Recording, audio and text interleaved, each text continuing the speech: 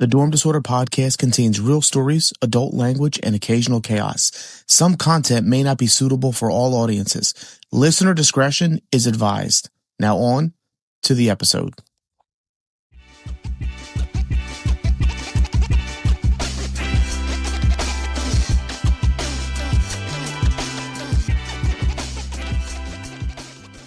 Hey everybody, welcome to the Dorm Disorder podcast. Just like always, you know what to do. Like, share, subscribe. We're trying to grow this community. We need you to join this journey with us and bring your friends and anybody else you know along with you. As you can see, we're living in a different place this weekend. I think it looks pretty good. How about yourself? It does. It does. Welcome to the new Dorm Disorder podcast. It's not really new, but the location is new. But welcome either way.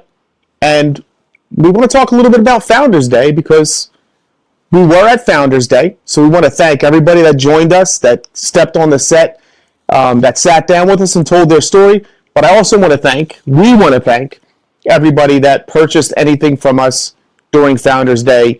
Everything that was purchased is actually coming back into the podcast. So we cannot thank you enough.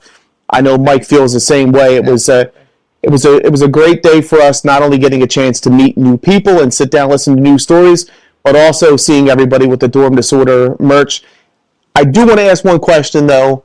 I'm going to beg everybody that purchase it, if you wear it, take a picture, post it, tag me and Mike so we can show other people that, hey, listen, this gear is good, it's quality, the vinyl's good, and it lasts. So wash it, dry it, it's not going to matter. I've done mine about 15, 25 times now, and there's not a crack in it, so. Well, we got a couple housekeeping things to talk about, too. Yes, indeed. And yes, indeed. If you want to get yourself that merch still, you can go on dormdisorder.shop. That is the site that will take you straight to our shop so you can buy anything that we currently have available. We plan on expanding the menu. Absolutely. And either way, if you don't get to dormdisorder.shop, go to dormdisorder.com. See what the latest episode, we do post it there, so it's easy to find, and you can always know what's going on. Which, we have a small little announcement that we need to take a little bit of a break for a few weeks. Life is busy, work is busy, not only for us, but for these wonderful people that run the studio here at Fitty Podcast. We love these guys. They need some time off. And to be honest with you, so do I. Absolutely. We also do want to mention, we did receive a donation from one of our sisters. From one of our sisters, class of 1995, superstar, Kim Ford. We appreciate you, sis. Thank you so much. And yeah, if y'all want to donate, let me know. Let Mike know.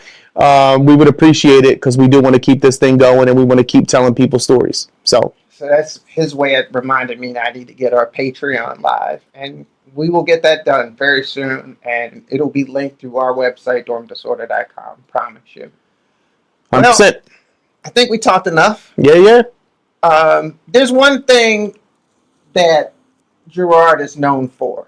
And that's producing scholars. And we could not be happier to have a young man here today, author, doctor, master's in public health, his MBA, and of course an MD. Thank you so much for joining us, Steve Spencer. Thank you for having me. Thank you. And I love the young man part. That was great. Thank you. I appreciate you ain't that. cracking, so why we need to let these folks know how old you really are. Yes. We don't even They can look it up, but that's yeah. Steve, real quick, from the class of 94. I actually tried to avoid it. We had to get that in.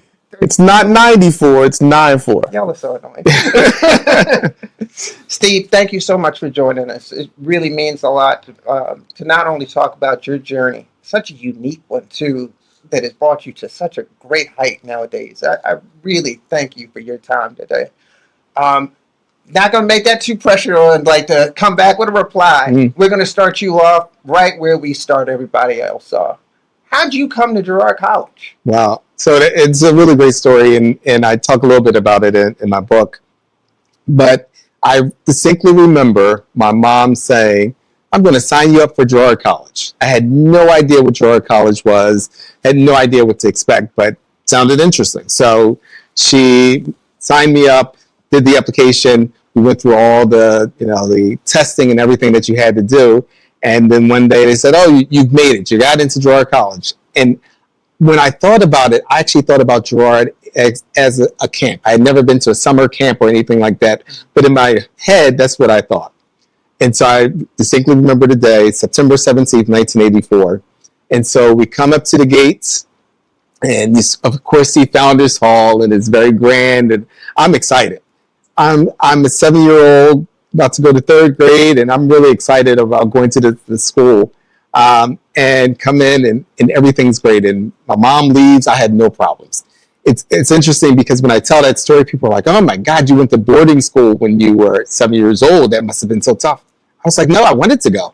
I thought it was like this camp that I got to get away from. We may get into it a little bit later, but as with everything else, the first few weeks were a little bit rough. Yeah. Because now you're adjusting. So the camp piece went away very quickly in the first 24 hours. Did they give you draws on your first day?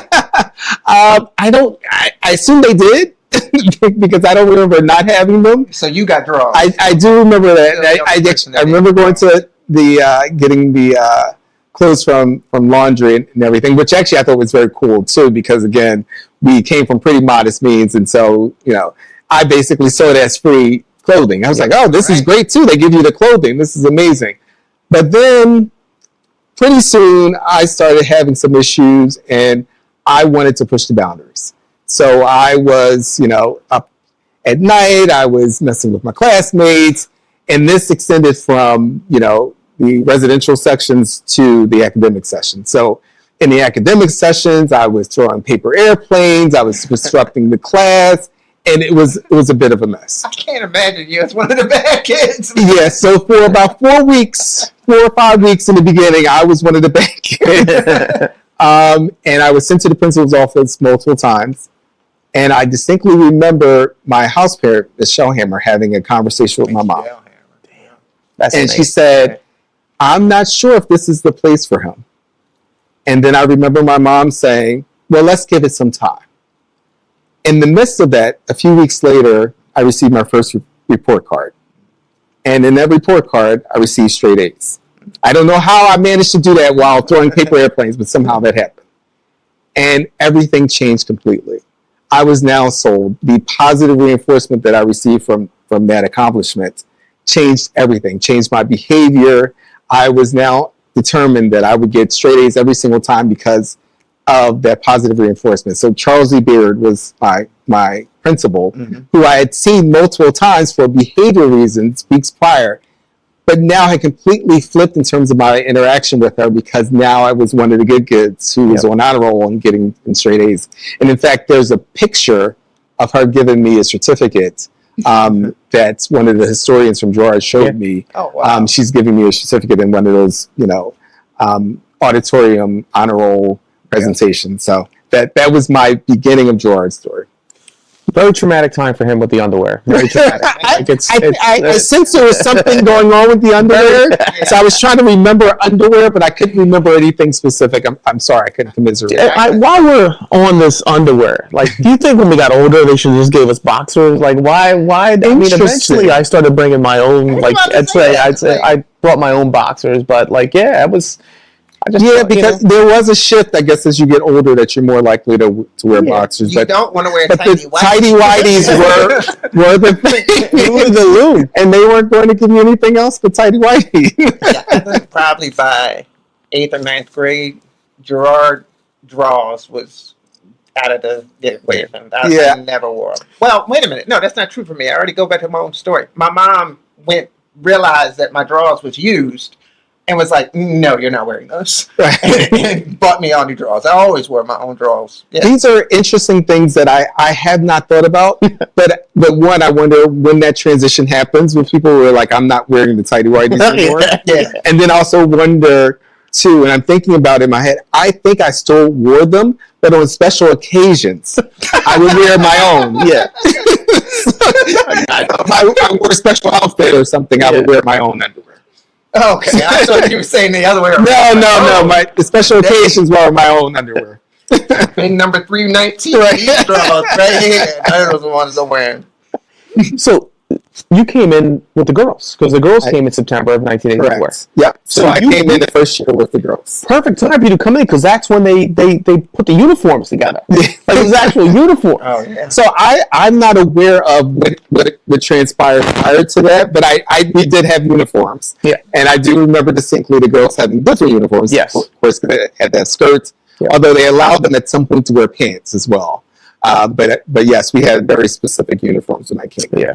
We did not. You did not? We did not. My first year there was just a ragtag bunch of clothes. Really? Whatever fit me. As we discussed earlier, I was a 42 Husky. I was a Husky as well. I was a Husky as well. But I went from, moving to my grandmother. I was like 20, 30 pounds when I moved in with her at the age 5 or 6. And she fed me 4 times a day. So by the time I got to Girard, I was Husky. Yes, I was a Husky. So if you was one of the kids just cutting up in class, I know you have a dorm disorder story that you probably should tell us right now then. Well, see, they're very distinct. So when I was in 3rd grade, I had those few weeks of acting out.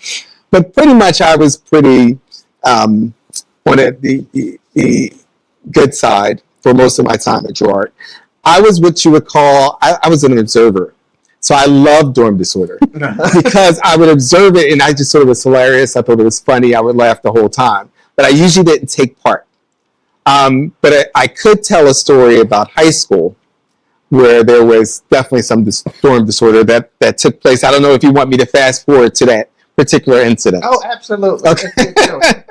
So ironically enough, that took place in my senior year in high school, and we had to take subject matter tests for college. Mm. So you took the SATs to get into every school, but if you wanted to get into one of the higher tier schools and Ivy League schools, they made you take subject matter tests. Mm. And the following day, we were going to take them at St. Joe's Prep. And so we were there over the weekend on Friday night. And the next day, we were going to take these very important tests that was going to help us to get into these prestigious institutions from all over the country. And so we decided that on that night before these very important tests, we were going to experiment with some alcoholic beverages. I can't believe this is happening right now. And I had not imbibed in alcoholic beverages, although interestingly enough, and this is in the book, my mom ran a speakeasy. But despite that, I had never imbibed in alcoholic beverages. So I thought that was the perfect time right before this really important test. And so one of my classmates said, I'll go to the store and get you the alcoholic beverages. And there were multiple people who took part in this. And of course, I wasn't going to. It was a malt liquor of 40. Yes. And I wasn't going to drink a whole one. So I shared it with someone else. And I had some of that the night prior to my test. I don't know how it affected my test. I did get into all the schools I applied to. But that is my dorm disorder story. It's not your kryptonite. Yes. It's not your kryptonite. It's not my kryptonite. So as a doctor now, yes, does it appall you the level of spit swapping we did in the 90s? Yeah. Try not to do that too much, but I will say actually with the malt liquor, I didn't take it. We had some sort of cups or something. Yeah. No. So something occurred where we were able to doll it out, and I got half, and then the other person got half of it. Smart kids always pass the 40. The smart kids pour the 40 and not pass it. And the irony of that whole thing is, of course, I hated every moment of it because it tasted terrible, and I still hate beer to this day. I cannot drink beer. That's not a beer. It's a malt. Well, it's a malt liquor. That's a whole different. It is a whole different. You should have started with some Colt 45. Billy D, man. Don't start with the St. Ides. It's funny. I was thinking about this story, and I was like, "What was it?" I know it was a malt liquor. I was like, but I couldn't remember the exact brand. I don't know if it may have been a Colt 45. It works every time. It works every time. You passed your test. I passed my test. Maybe there is something to it. That just tells you how damn old we are. We over here quoting Billy. Right, Billy T. Williams. Jesus, Tyler, you don't even know who that is. Yo, Tyler said this. She's like, I don't know. And the smoothest cat, like the Billy smoothest did. cat in the world is selling malt liquor, which is also strange when you think about it. Lando Calrissian. Cloud City.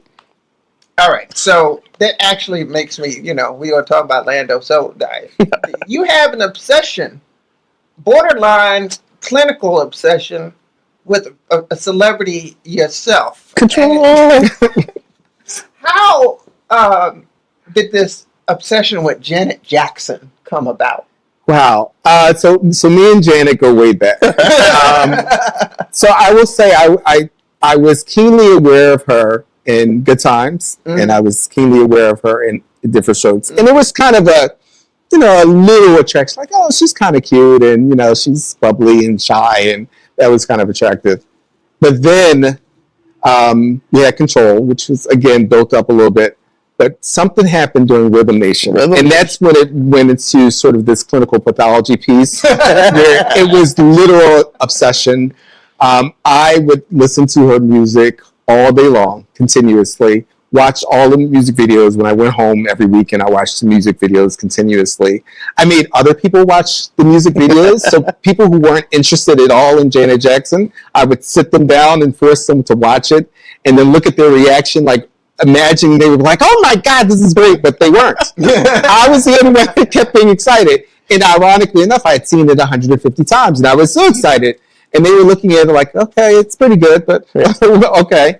And I look back at that time and I was truly obsessed. I don't even know how anyone could be that obsessive about a person. And it has continued. So I have probably seen 15 Janet Jackson concerts. But it would never be like it was in the late 80s, early 90s when the obsession was truly at its height. I cannot hear a Janet Jackson song to this day and not think of Steven Spencer. Like it's in my brain. I'm like, Steven Spencer. And I had every poster. The posters were plastered on my walls in the in our dorms. I had all the calendars. I put the books. It was a lot. That's crazy. That is a good point to segue into one of your concert attendances. But during our pre-talk process, you brought up an interesting story about.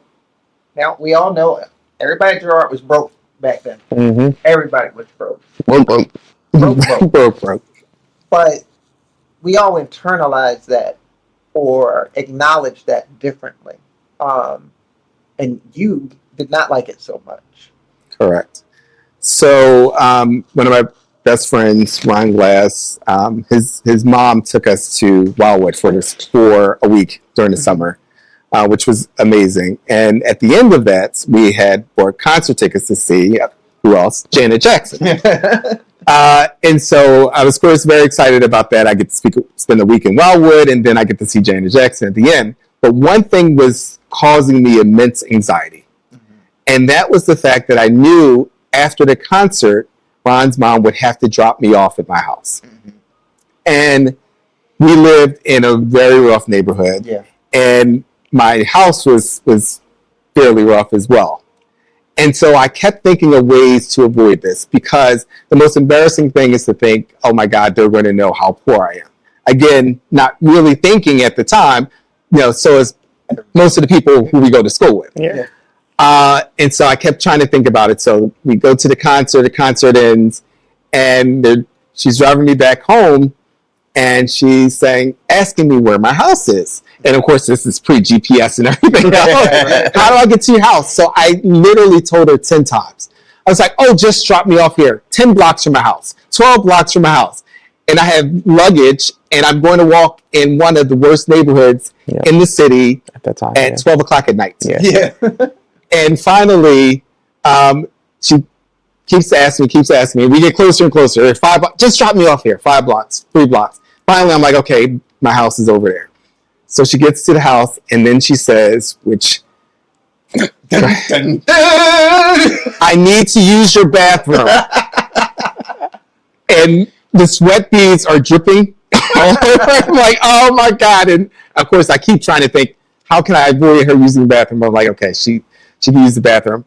But the whole time I'm, directing, I'm saying, just go straight up the stairs and come right back down. And then after it's over, I still have the anxiety of like, oh my God, she's so in my house. What are they going to think?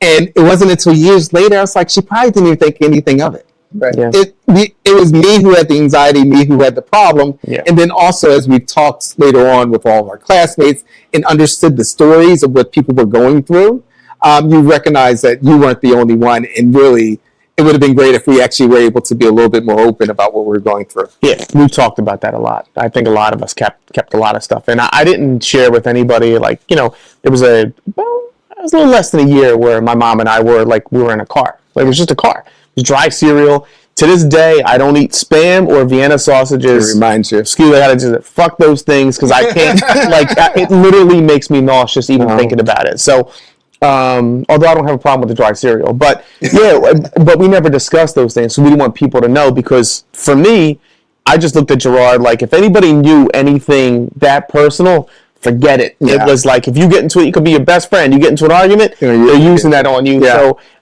we just kept everything close to vest and just didn't tell anybody anything. So when you told that story, it really connected with me. That is definitely a Girard weapon to be deployed. Straight up, be like, why you ain't got no house? In the middle of an argument about Ninja Turtles, somebody would drop that on you. And don't they probably didn't have a house mechanics. Don't bring that shit up now. but it's also one of those full circle story moments that when you think about it, that's what makes it special. Yep. Right? You were going through all these things. You didn't have any money. You were a nobody. One of the other stories I tell, when I talk about my Girard story is I was in a poorly performing public school and I was a C student. You would have never picked me out of a lineup and said that dude is going to be a doctor. No one was paying any attention to me because I always say, they pay attention to the people who are doing really well, and then they pay attention to people who are doing really poorly. But those people in the middle, no one pays any attention to them. Yep. So it was only by really the grace of God that my mom said one day, we're going to send you to Girard. Because, again, I was, a middle student. And then if you look at the neighborhood that I grew up in, no one was making it out of that neighborhood with anything great. I mean, if you made it to, maybe a sanitation worker, that was like, oh, my God, you really made it. But most of the people that I grew up with in that neighborhood, jail, or they died really early. And it sounds like, a stereotype, but it's true when I look back to those people. Yeah, I mean, we lost a lot of our own classmates that didn't kick around for the same reason. So, it's not just a matter of making it to Girard. It's a matter of staying and leaving on the right terms. Many people have left and do great. Not saying anything against you, but some have not. Yeah. And it's, kind of the community can still, even on those weekends home, can still pull you into a negative space and have negative consequences and results. Yep. Right. So that got too heavy. So let's get a little bit lighter here. Dan, there's another athlete here. Yes. Steven and I tell me about my amazing soccer skills. Steven and I played soccer together, and I will say this: we talked about it, and I'm not saying this because you said it, but whenever you got in the game, we knew you were in the game, and and it was full effort, 100%, going 100 miles an hour after the ball. So I always appreciated that because some things, sports at times came easy to me, and I didn't work as hard at it as I should have, and maybe I would have been better in life, but I took shortcuts sometimes. And to see players like yourself to come out and give that 100%, it did drive me to do better, perform better, because I'm like, here's Steven, like, who's coming in because the game's out of hand, whether we're getting blown out or we're winning, and you're playing like the score 0-0, and that shit made a difference. So I did recognize that, even though Well acknowledged 20 times over I was an asshole. I never would have went to you. I never would have went to you and say, hey, that was really inspirational, because I would have felt like, you know, people wouldn't have think that was true from me. But no, it's you know, sitting there at 51, I can certainly tell you right now, it made a difference seeing you go out there. And Well, Dan is being very nice right now. I was a terrible athlete. I did play soccer, and when I say play, I'll put it in air quotes, tennis and cross country. But I did feel like when I got those small chances, very, very, very rarely, to get out there, I had something to prove. And I told Dan this, and I was like, I would picture myself as Dan. And so when I was out there, I was literally Dan. It was almost like one of those movies where the person inside their brain is thinking like they're like moving through everything, they're Pele, and the people watching see someone who's clearly not athletic tripping over themselves and making a fool of themselves. I think that's what it was like, but that is what I pictured. And I always thought that was a great thing about Girard, is that somebody like me could be on these teams. Because, you know, clearly if we had a bigger school or it was a different circumstance, I wouldn't have been on soccer or any athletic team for that matter. So that's something I really appreciate about Girard, is that I was able to do those sorts of things and really do things that were outside of my comfort zone. he just reminded me of something. Tennis. Yeah. So there was, I was always detained. So I was walking down. the Army on a Friday. Say that again? I was always detained. You always detained. I was always just want to make sure we caught that. Yeah. So I'm like walking down, and I forget who the tennis coach was, but you all had a meet or a match, I don't know what it's called, on a Friday, and half the team didn't show up. Mm-hmm. And whatever team came, they drove from some far place, and they're like, well, we want to at least play something, like, even though you all forfeited. And I remember playing in a tennis match. Wow. They just let me play. I don't know if it was Maduro. I don't know who it was. They just let me play. His name was Mr. Davis. But yes, I was there. And they let me play, and I won the match. So then I went back up, and that actually was the birth of Dan Glorious. Like because I played well in a baseball game. Then I'm in a tennis match. I don't even belong. Yeah, you don't even belong. And then we were listening to X-Clan and Van Glorious. It was just the birth of that. But he just reminded me, because he was there that day. I didn't get a chance to play with him because I think you did doubles with somebody else. But yeah, I played somebody in tennis. That made me think of Brian Love. We often were doubles. Yes. The love. The other thing that reminds me of that when I think of tennis specifically is the dichotomy between, we were a private boarding school, but we were poor kids for the most part. But we would play all these mainline schools, and it was like this strange difference where you would feel the difference definitely when you went to those schools. 3 quarters at a time. Yeah. And sometimes we played folks who I don't know how were just as terrible as we were, or better yet, couldn't serve just as bad as we were. Because I think once we got the ball in play, but we couldn't serve to stay in our lives. I eventually learned how to serve. Basul could serve. It's another guy in you all's class. I'm sorry. Huskus. No, not Courtney. Okay. No, it was somebody else. Hanifa? Hanifa? Yeah. Oh, I don't remember that. In our class. Yeah. All right. Somebody. Yeah. Somebody. But when you think about it, though, that was one of the things I thought about, specifically tennis. Yeah. Because tennis is one of those games you have to learn from early on. Yeah. And we were coming in cold. But you imagine a lot of those kids that we were playing, that they had been playing in the country club and on the main line in their backyard. Yeah. You're playing a bunch of Jimmy Connors. Right. And we're going to be like, tennis. We're not playing tennis. There was no Williams system or anything like that. I'm sure Russell was the only person that spent time off campus actually practicing tennis. The rest of us was just like, right. Exactly. Got a match today. Exactly. You have been listening to the Dorm Disorder Podcast. Until next time, lights out.